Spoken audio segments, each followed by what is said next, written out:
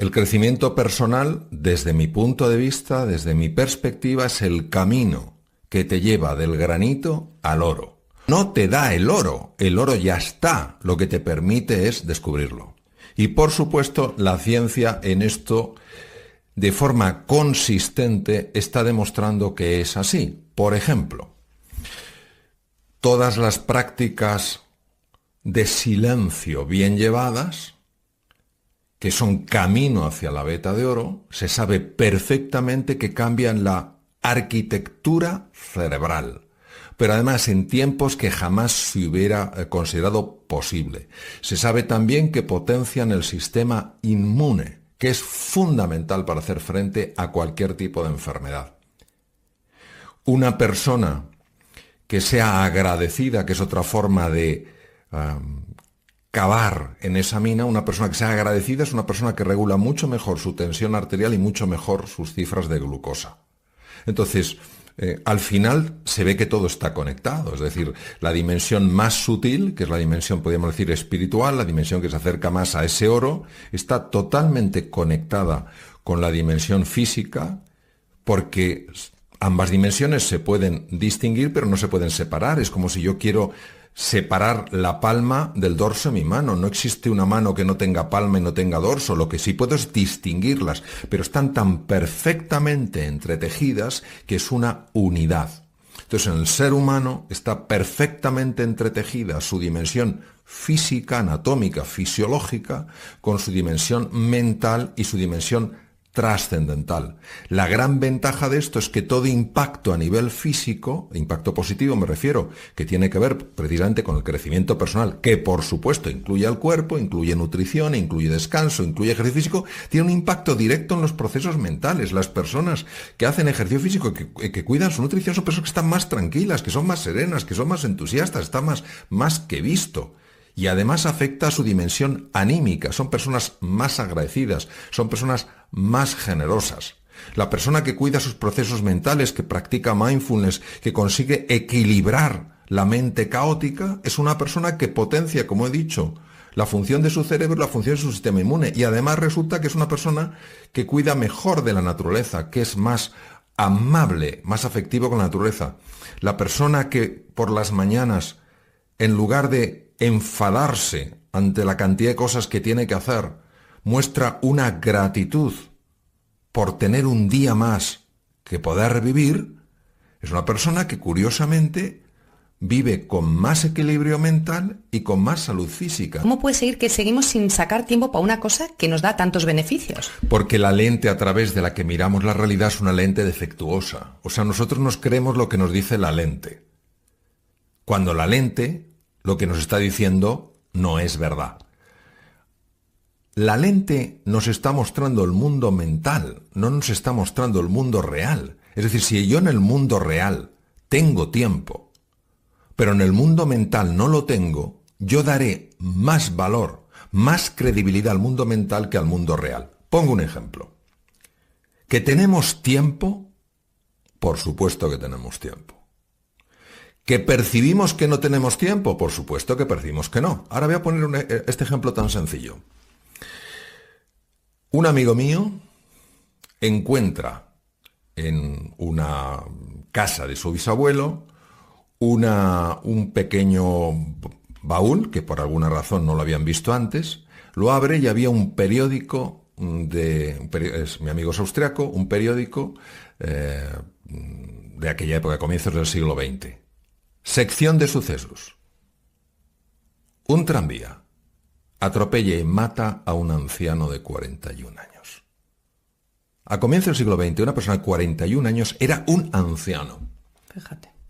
Hoy podemos vivir hasta los 90 años fácilmente y nuestros hijos vivirán probablemente más allá de los 100. ¿Cómo es posible que nos quejemos del tiempo? Es nuestra gran excusa. Nosotros no tenemos un problema de tiempo, tenemos un tema de prioridades. Claro, de administrar ese tiempo. Claro, ¿no? Entonces, ¿qué pasa? Que nos cuesta mucho decir no a ciertas cosas. Y tenemos que entender que hay tiempo para hacer lo fundamental, pero no hay tiempo para hacer todo. Entonces, uno tiene que decir qué es lo esencial en su vida. Entonces, lo que no te puedes ir a dormir, entiendo, yo lo entiendo así, es diciendo no he tenido tiempo. ¿Para qué? No he tenido tiempo para hacer lo fundamental. No. A lo mejor no has tenido presente lo que era fundamental en el tiempo que has tenido. ¿Y por qué siempre lo que no es fundamental tiene más hueco que lo fundamental? Porque yo creo que nosotros en general no gestionamos nuestra propia vida. Todos tenemos un enorme condicionamiento mental a lo largo de generaciones, no es culpa de nadie, es responsabilidad de todos el cambiarlo. Y al final lo que vamos es siguiendo un poco lo que decía Sigmund Freud, ¿no? El ideal del yo. Para ser alguien en la vida tienes que hacer esto, esto, esto y esto. Para ser tal. Entonces buscamos una perfección que nos ahoga.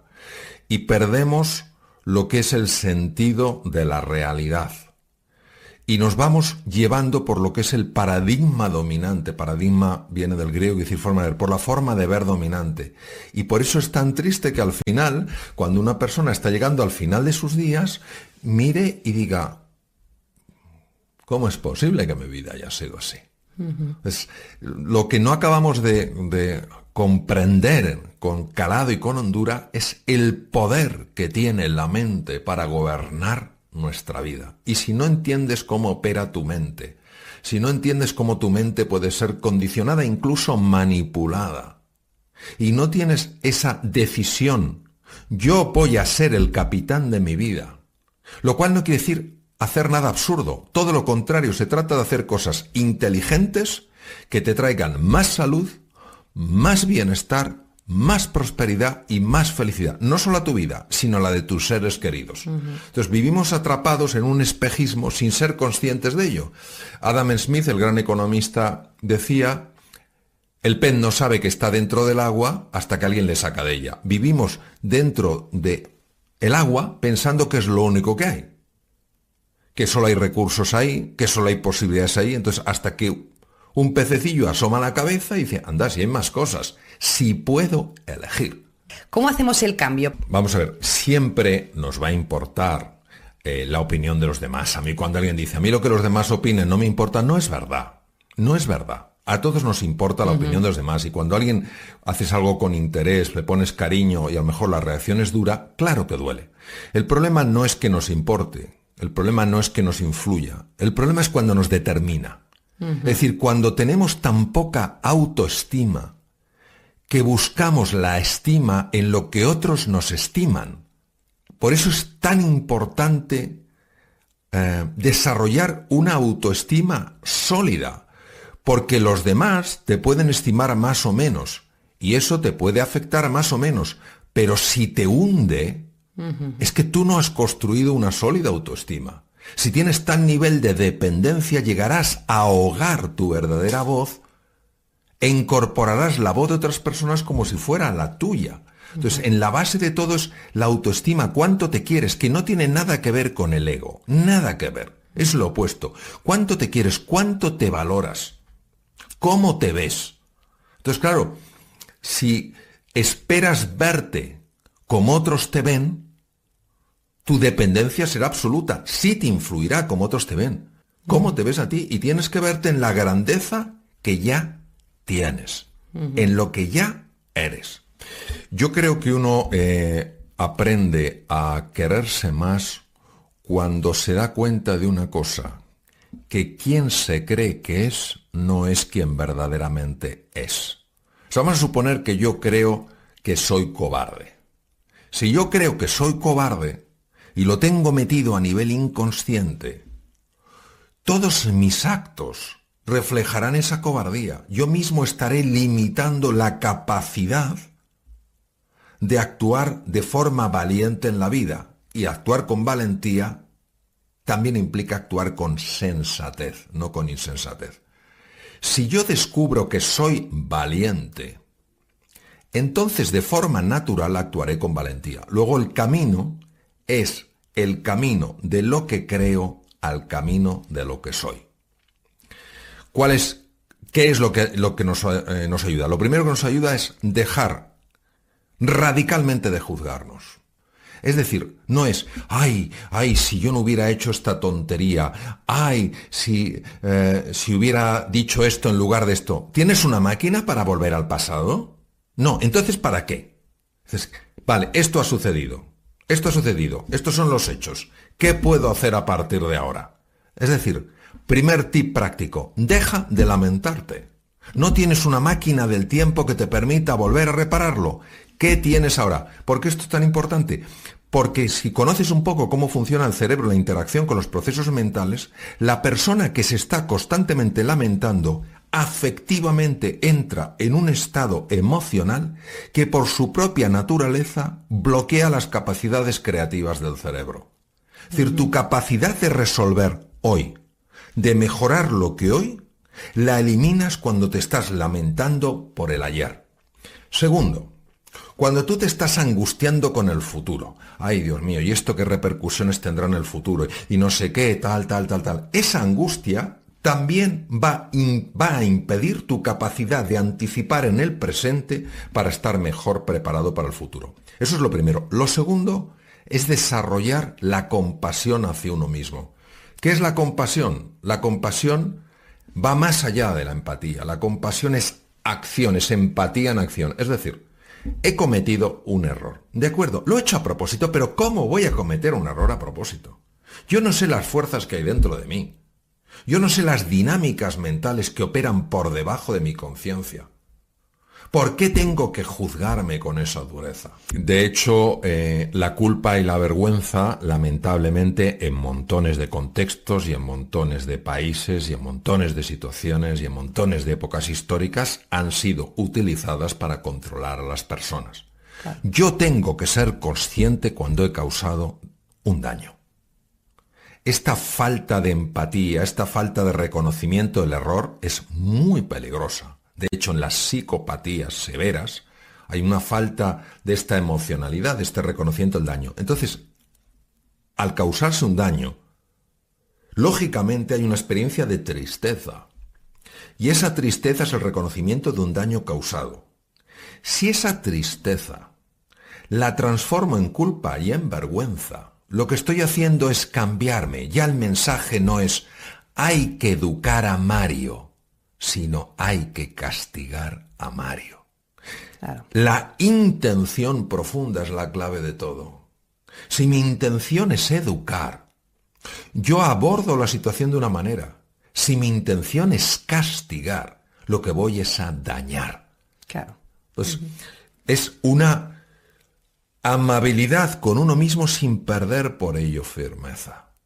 Cuando uno se va a la culpa y al castigo, ahí no hay firmeza, ahí lo que hay es dureza. Y de allí no puede crecer nada bueno. Entonces, a mí me parece, lo utilice quien lo utilice, que la culpa, que es por lo que has hecho, y la vergüenza, que es por lo que eres, no tendría que tener cabida en nuestra vida. ¿Cómo nos afecta la ira, la angustia a nivel físico?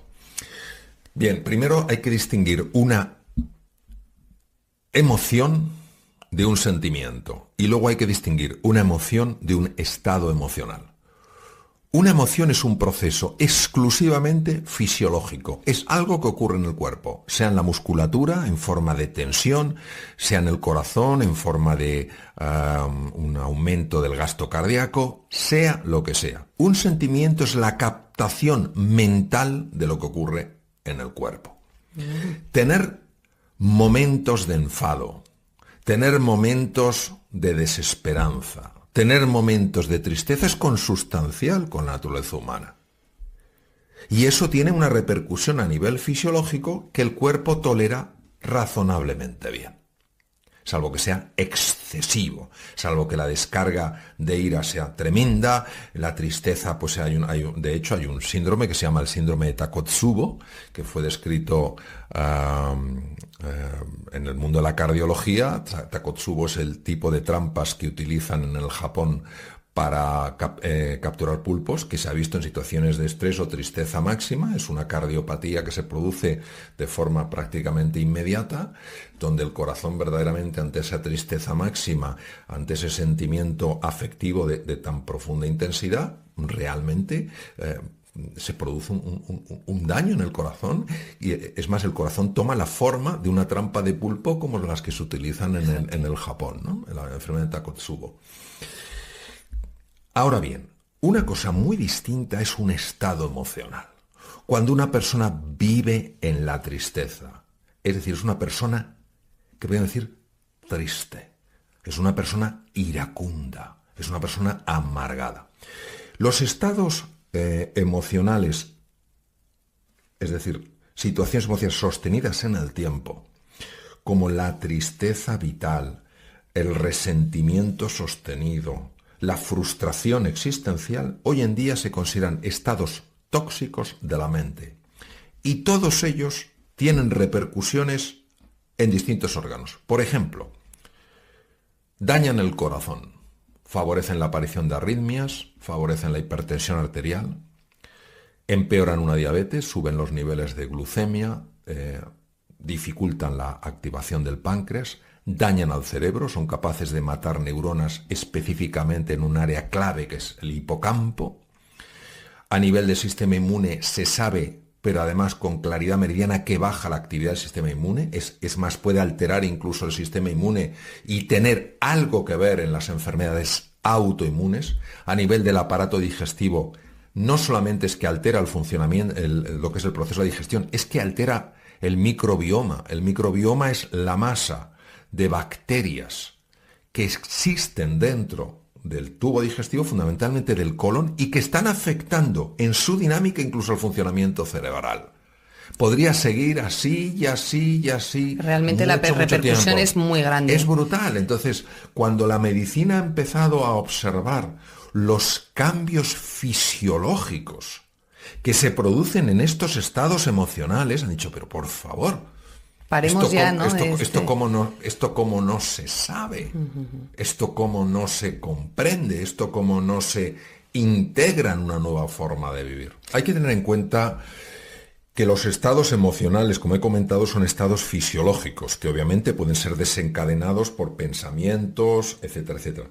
Esos estados fisiológicos, por su propia naturaleza, implican cambios hormonales muy amplios, cambios moleculares muy profundos, que hacen que la célula tenga que transformar un montón de cosas.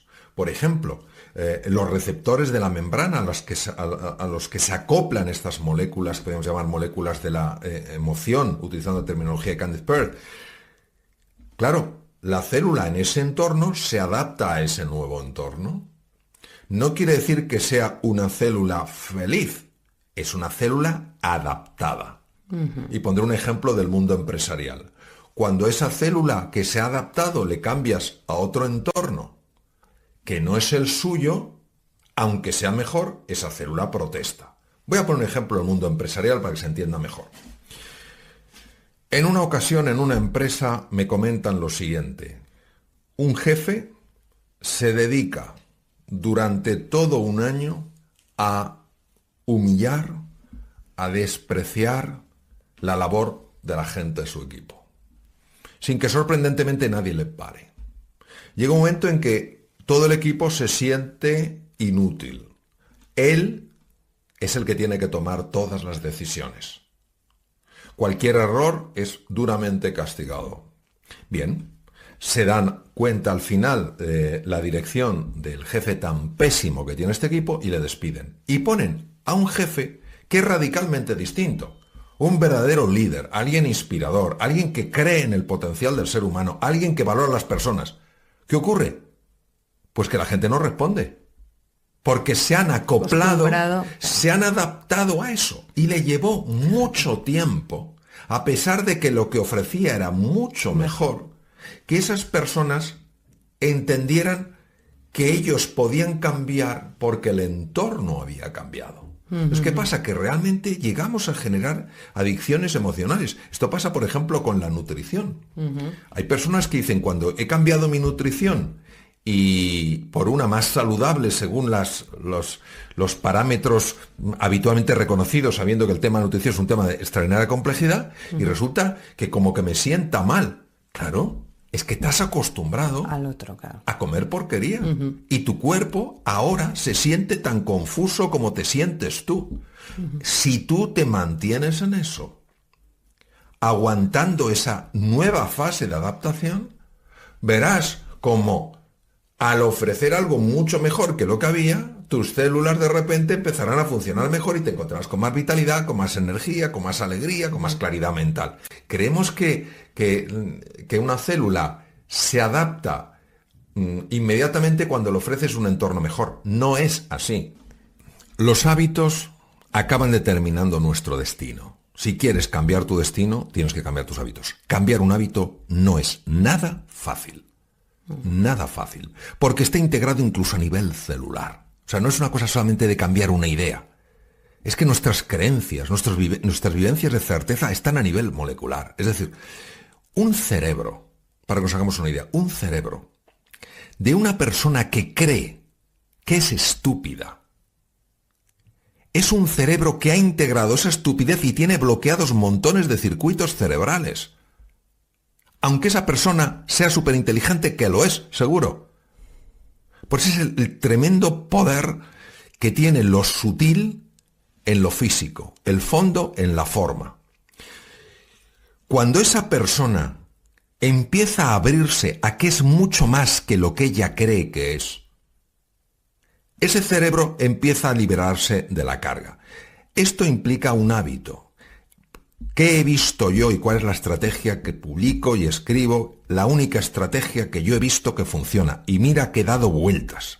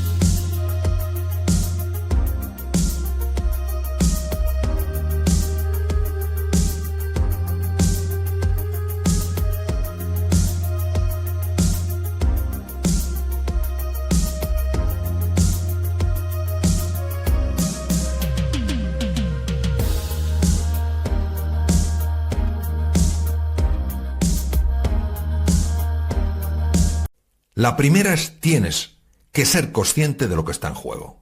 Tienes que sentir algo que para mí hay dos palabras, bueno, hay tres palabras de tremenda importancia. Y una de ellas, que es la que viene a cuento, es inspiración.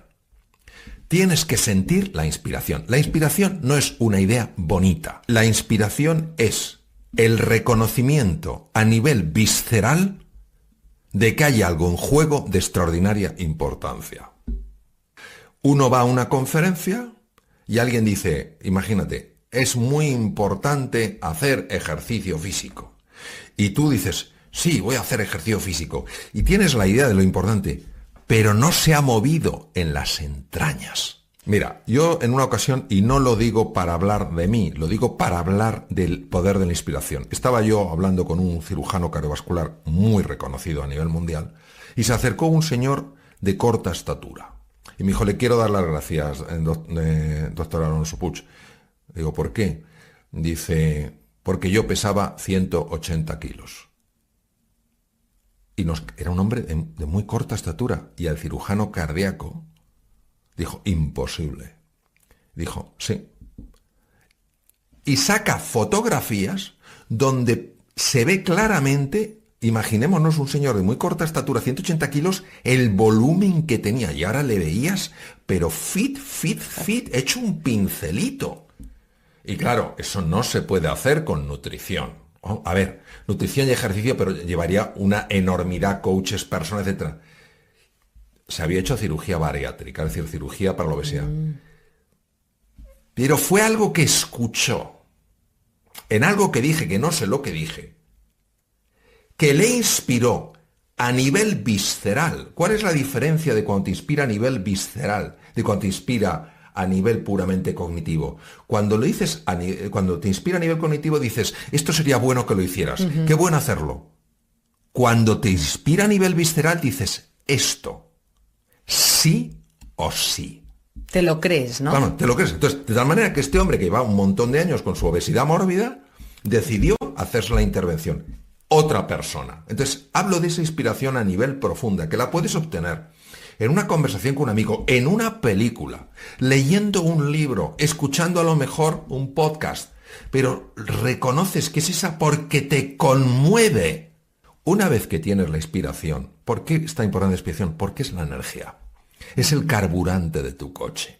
Si tú no tienes un carburante de calidad, ya me dirás tú dónde vas con ese coche. Si le metes una mezcla de alcohol, un poco de gasoil, un poquito de gasolina y un poquito de aceite de oliva, ¿a dónde vas? Tienes que meterle queroseno. Gasolina de aviación. Entonces ya tienes la inspiración. Pero claro, la inspiración, te pones en el coche, sales como un cohete, ¿a dónde? No. Segundo, tienes que tener una estrategia. La estrategia es clave. Una estrategia que sea sencilla. No decir, bueno, cuando tenga la cojo estrategia voy a darle vueltas. Que no. La estrategia son 4 cosas.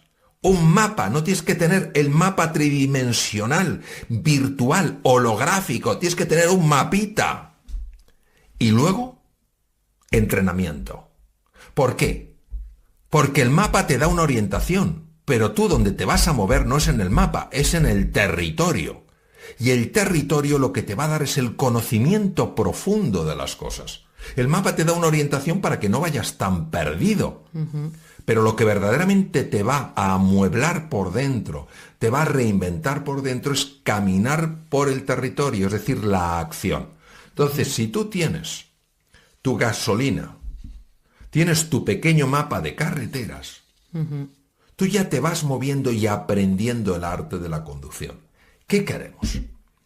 Queremos cambiar hábitos sin esfuerzo. No. Queremos cambiar hábitos. A mí no me interesa que me diga qué es lo que quiero, porque a mí dime cómo lo hago. Pero si usted no tiene un qué y un por qué, todo cómo le sobra. Es como esa cita que es: quien no tiene un puerto a dónde ir, ninguna dirección es favorable, o algo así. Entonces, si no tenemos una inspiración, una visión, algo ilusionante, si no tenemos una estrategia, aunque sea sencilla, para ponernos en marcha, si lo que te permite el mapa es ponerte en marcha, pues si no tienes un mapa, la sensación de estar perdido es tan angustiosa que te bloqueas. Tienes un mapa, y entonces, como todo ser humano es inteligente y capaz de aprender, tú vas encontrando los recursos a medida que caminas. Los recursos no aparecen si no caminas. La estrategia lo que te da es la claridad de que hay un camino que se puede hacer. Es decir, no es un montón de fuegos artificiales, no, hay un plan que se puede seguir, un plan que tú ves que es accesible. No tiene que ser increíblemente sofisticado, ambicioso, accesible. Pero no esperes la motivación de la estrategia. Por eso cuando alguien me pregunta cómo hago esto, me está pidiendo la estrategia.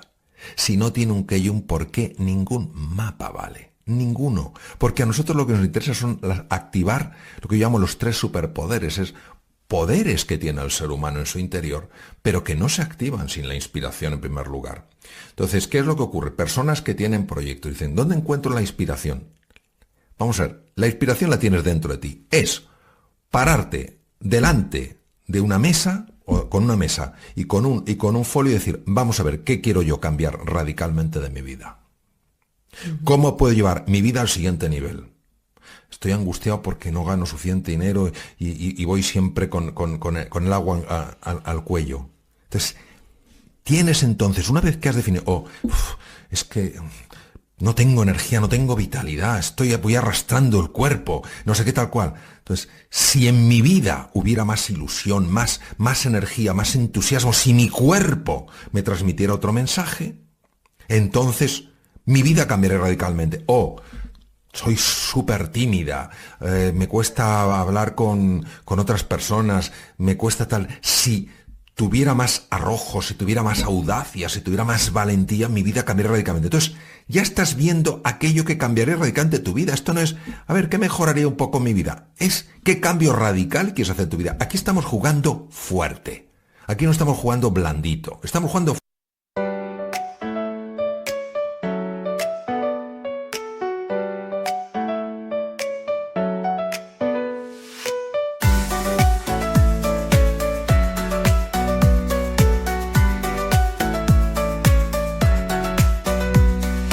Raindrops falling down my face, like tiny tears in a happy chase.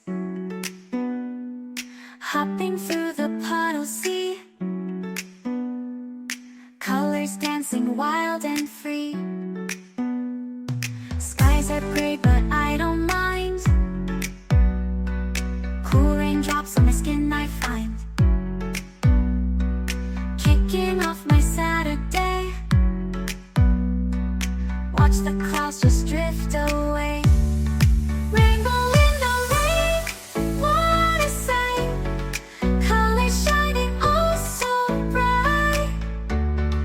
Dancing in the streets, so bright. Everything will be alright.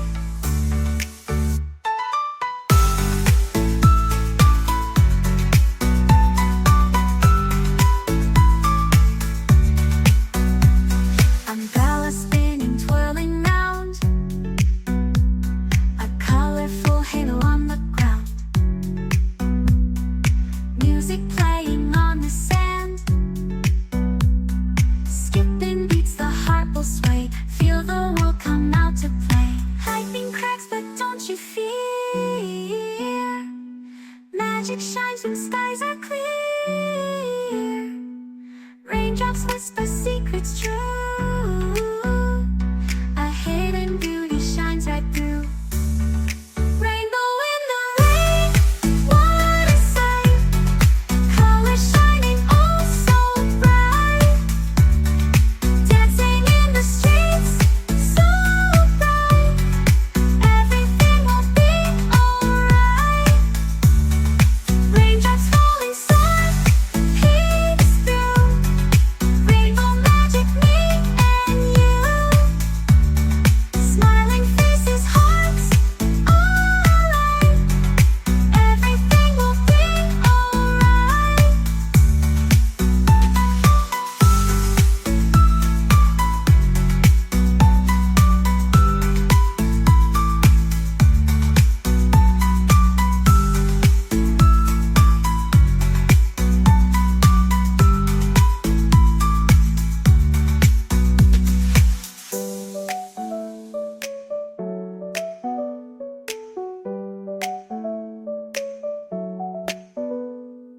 Raindrops falling, sun peeks through.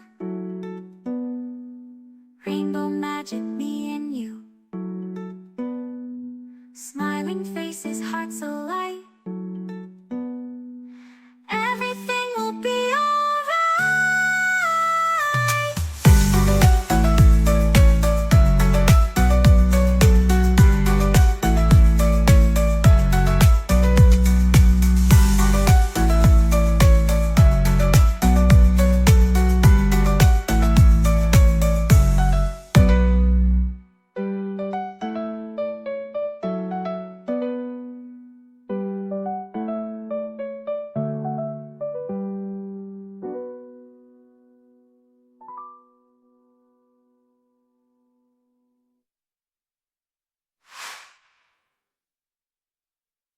Fuerte, y por tanto tenemos que tener un lenguaje fuerte. No, bueno, pues prueba un poquito por ahí.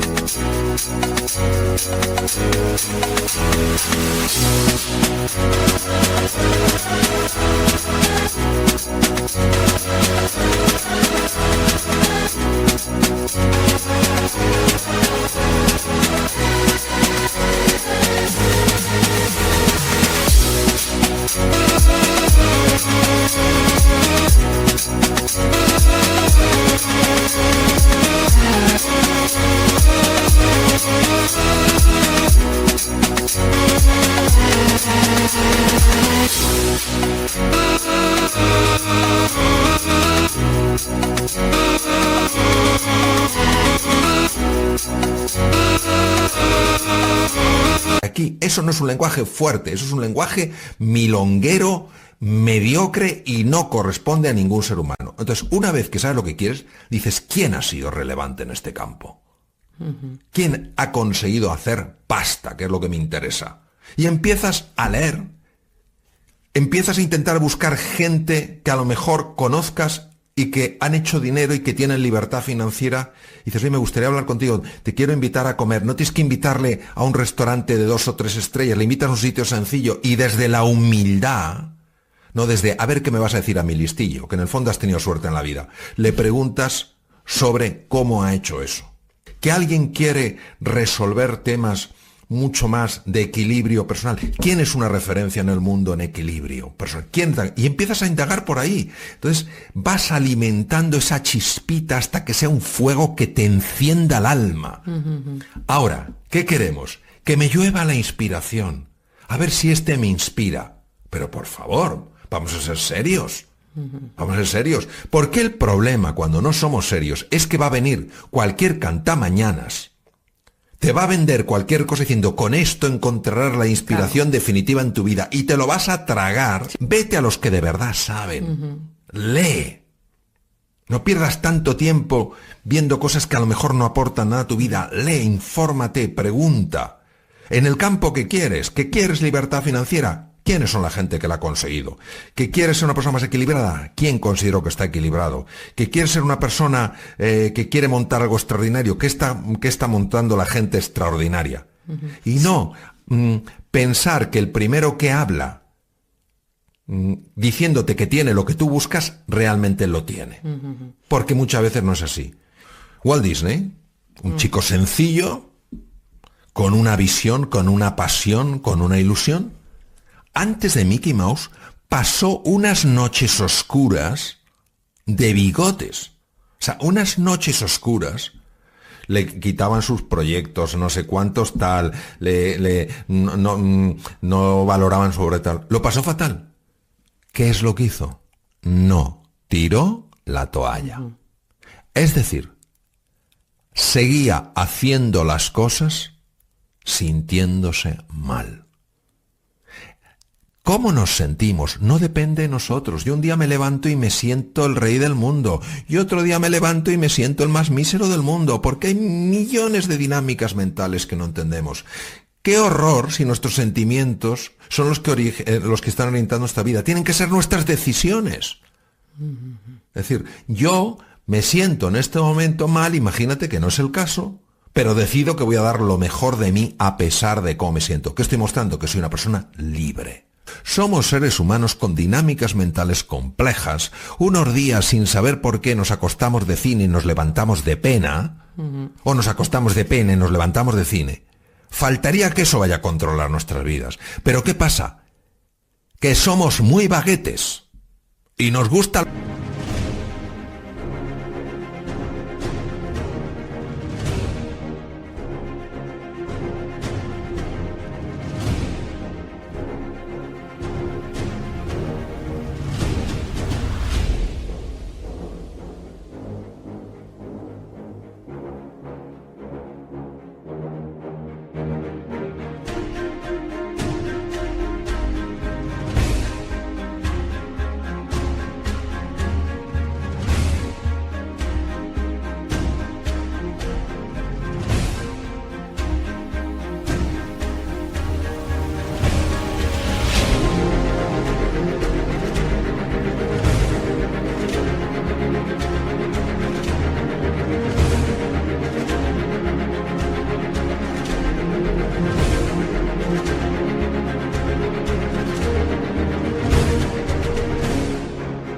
Facilón.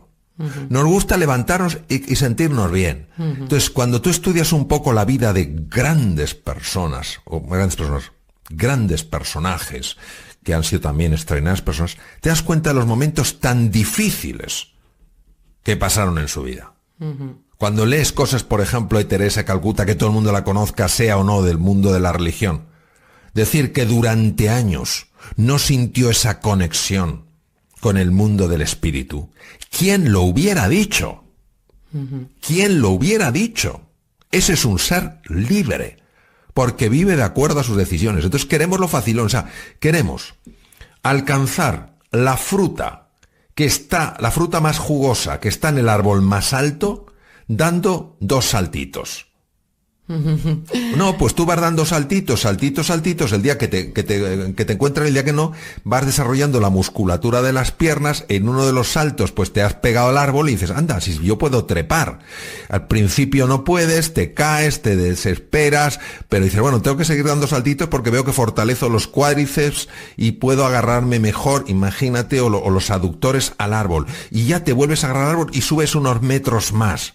Y al final llegas a la fruta. No es un camino fácil. No es un camino fácil. Es que queremos presentar a veces soluciones que son soluciones profundas y complejas como si fueran facilonas.